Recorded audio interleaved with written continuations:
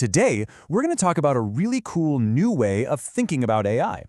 The whole idea is, what if we stop trying to build one single perfect AI, and instead we start growing an entire adaptable population of them?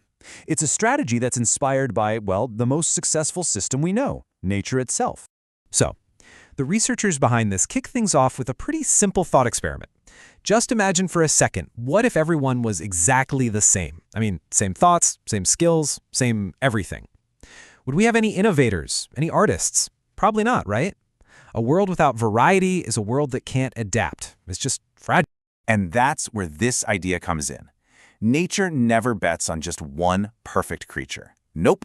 It creates this huge, sprawling population with tons of different traits. That variety, that diversity, is what allows life to survive, to thrive, especially when things get unpredictable. So the big question is, why aren't we training our AIs this way? And that question leads us right to a major problem in the world of reinforcement learning. For a long time, the goal was always to create the one perfect agent to solve a problem. But in chasing perfection, we've accidentally created something kind of dangerous, an AI monoculture. This really breaks it down nicely. On one hand, you've got the standard way of doing things. You train one AI policy, you optimize it like crazy for one specific job, and it's great at that one job. But the moment something changes, bam, it falls apart. It's brittle. On the other hand, you have this new population method. Instead of one specialist, you get an entire team of skillful AIs. The whole system becomes robust and ready for just about anything. And you know, this whole problem gets even worse when you have teams of AIs working together. Because a lot of the time, they're not really a team. They're just clones. They're all running the exact same programming. So instead of a group of individuals with different strengths, you just get a bunch of average Joes. So how do we fix it? Well, the researchers came up with this method called ADAP. It stands for Adaptable Agent Policies. And a really good way to think about it is like a digital recipe book. But instead of just one recipe, it has the instructions to generate a nearly infinite variety of unique AIs. Okay, I know this diagram looks a little intimidating, but the idea behind it is actually pretty simple. This is the engine. Over on the left, it takes in a simple little code, like a seed. Then that seed goes through this whole learning process in the middle, playing around in its environment. And what comes out the other side? A whole population of unique AIs. The magic is that it's not just making them randomly, it's actively learning how to create a group that's both really good at the task and really diverse. Let's break that down. Step 1. It all starts with a random string of numbers. Think of it like a piece of digital DNA. Step 2. The generator uses that DNA to build a specific AI agent. Step 3. That agent does its thing, trying to succeed just like a normal AI. But, and this is the secret sauce, Step 4 is a diversity coach that's constantly pushing the AI to act differently than its brothers and sisters. It makes sure the group doesn't just turn into a bunch of clones. And that digital DNA? It has a technical name, a latent vector, usually called Z. It's such an elegant idea. By just tweaking this short string of numbers, you can summon a completely different agent with its own unique strategies, all from one single, compact model. All right, the theory sounds great, right? But does it actually work? This is where things get really, really cool. The researchers put ADA to the test, and they started seeing these amazing skills emerge that they never even trained the AI to do. They built this little environment called Farm World. It's basically a grid where these little agents have to run around, collect food from chickens and towers, and just try to survive as long as they can.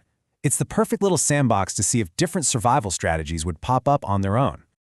So for one test, they trained all the AIs in a big open field. Then, all of a sudden, they dropped a massive wall right in the middle of the map, separating the AIs from their food. And look at this. The standard AI on the right, it's totally clueless. It just keeps bumping into the wall. But the ADAP agent on the left, it pulls an agent from its population that somehow already figured out how to navigate around obstacles. It was never explicitly taught to do that. And check this one out. This is my favorite.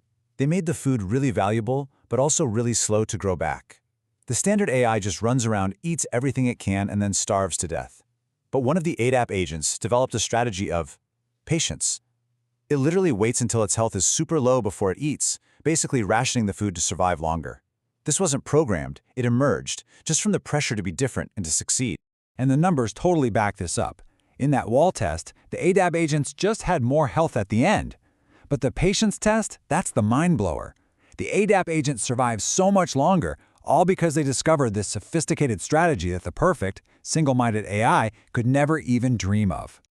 Okay, so it's good at surviving. But what about when it's competing head-to-head? To figure that out, the researchers set up a two-player soccer tournament to see which approach would really come out on top. And yeah, the results were pretty decisive. In a big tournament where all the different AIs played against each other, the ADA population crushed it. It could basically pick the best player for each opponent. The standard AIs, on the other hand, all developed this one cautious defensive style that the diverse ADA players learned to exploit really easily.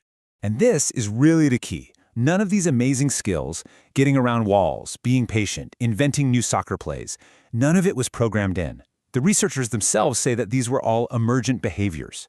They were just a natural result of optimizing for two simple things: win the game and be different from everyone else.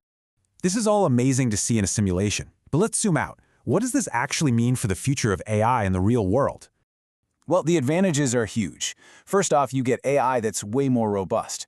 When the real world throws a curveball, it's less likely to just break. It's also more adaptable. It can pull a specialist from its roster for any new job that pops up. This also leads to a kind of creativity, where the AI discovers solutions we humans might never have thought of. And maybe best of all, it's super efficient. You just need one model to generate a practically infinite supply of unique AIs. Now, the researchers are quick to point out it's not like every agent that gets generated is a genius. You're going to get some bad apples. But here's the crazy part. An agent that seems totally useless today might have exactly the weird, quirky strategy you need for a completely different problem tomorrow. And all of this leaves us with a really powerful final question. We're not just programming a single solution anymore. We're creating an environment where a whole population of solutions can evolve. So if we can teach AI to be diverse, to adapt, what incredible new solutions to our biggest problems might they discover entirely on their own?